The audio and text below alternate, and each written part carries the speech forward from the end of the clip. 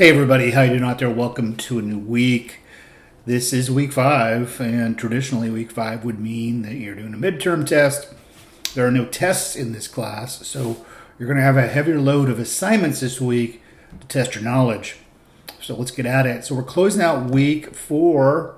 You did a client persona and a client journey map.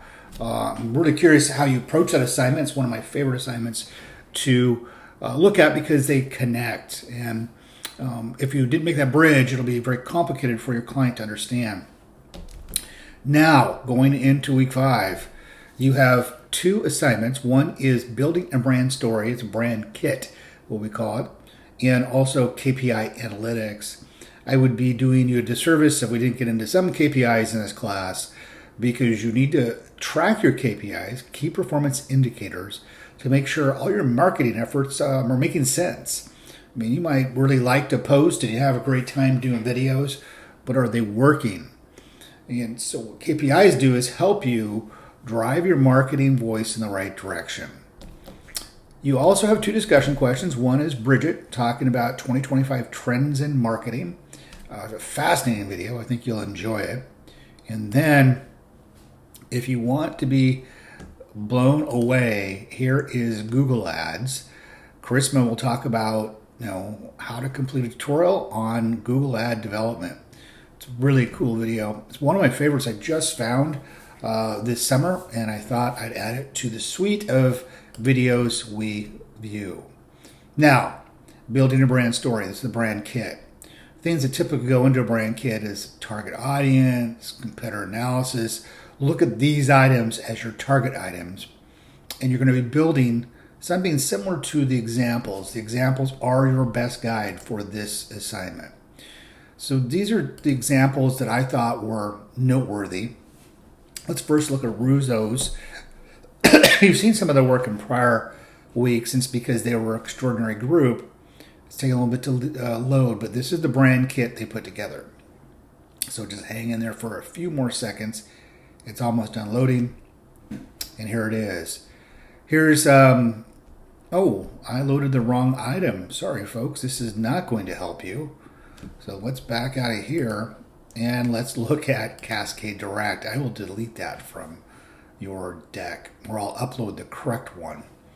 That was last week's example, but here comes Cascade Primary Direct. It also is a pretty robust package. Let me see if I can go over here while this is loading and bring up Ruzo's brand kit. Okay, let's see if this is here. We've got 2 coming up now. Oh, here we go. So now this is Ruzo's sparkling building a brand story. Sorry about that. It was a clunky, but what's happening here? I don't want this either. Okay, we are still going to hammer through on this video of the week. So here you go. You build a brand story, and you can look at the target audience, competitor analysis, just like was on the syllabus. And again, you want it to look and feel like these examples. Here is demographics they target for Ruzo's, typically a person 21 to 45, income level, gender, life stages. These are psychographics, activity, lifestyles, pain points, target audience, and they go on to say competitor analysis. Very important. I want you to choose 3 competitors for your work. They felt White Claw was a competitor, Truly, and High Noon. And again, I don't want you to miss the way they've structured the document, how it just jumps off the page. Then standing out from the competitor analysis, a differentiation statement, positioning statement, brand name. They liked Ruzo's, but they re-envisioned different ways to deliver it. Also, they had a style guide and logo use. They've done this work, and actually Ruzo's is using this in some of their brands, or some of their cans, I should say.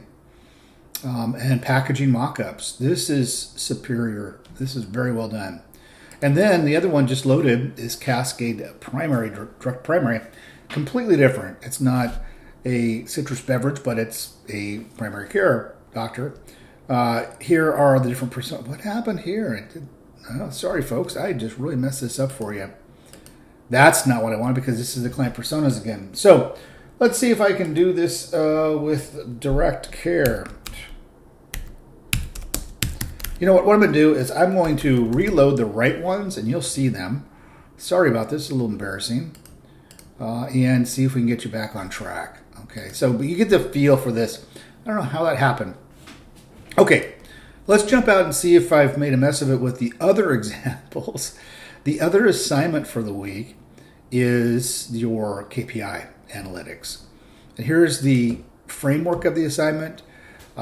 Here's the development of the KPI based on what you currently know about your client. List 3 to 5 key business objectives. This is how you develop KPIs. Justify why these objectives are critical to business. And for each business objective, develop 2 to 3 key point or key performance indicators. Then data collection analysis, monitoring. This is something you would give to the client so they can use this information beyond the class. Reporting and reflection. So let's look at the examples again because hopefully I have the right examples here. KPI analytics. Examples. Here is hometown sourdough. This is a work product you haven't seen yet. Introduction, purpose of KPIs. Key development. Here's objective 1, increase market presence. 2, drive sales growth. And 3, enhance operational efficiency. So first one, or objective 4, strengthen community engagement. Here's the SMART goals you're going to be using. And here's the data collection and analysis. This is really well done and very superior work. And then monitoring and reporting. And reflection and improvement. Challenges faced in KPI development. Best next steps. Continuous improvement strategies. This is a very tight, impressive document. And then you'll have Cascade, Primary, Direct again. They always have the best of the best. It was a really extraordinary team. As it's loading, it's almost there. Sorry for the fits and starts to this video. This one is by far one of the best I've ever seen.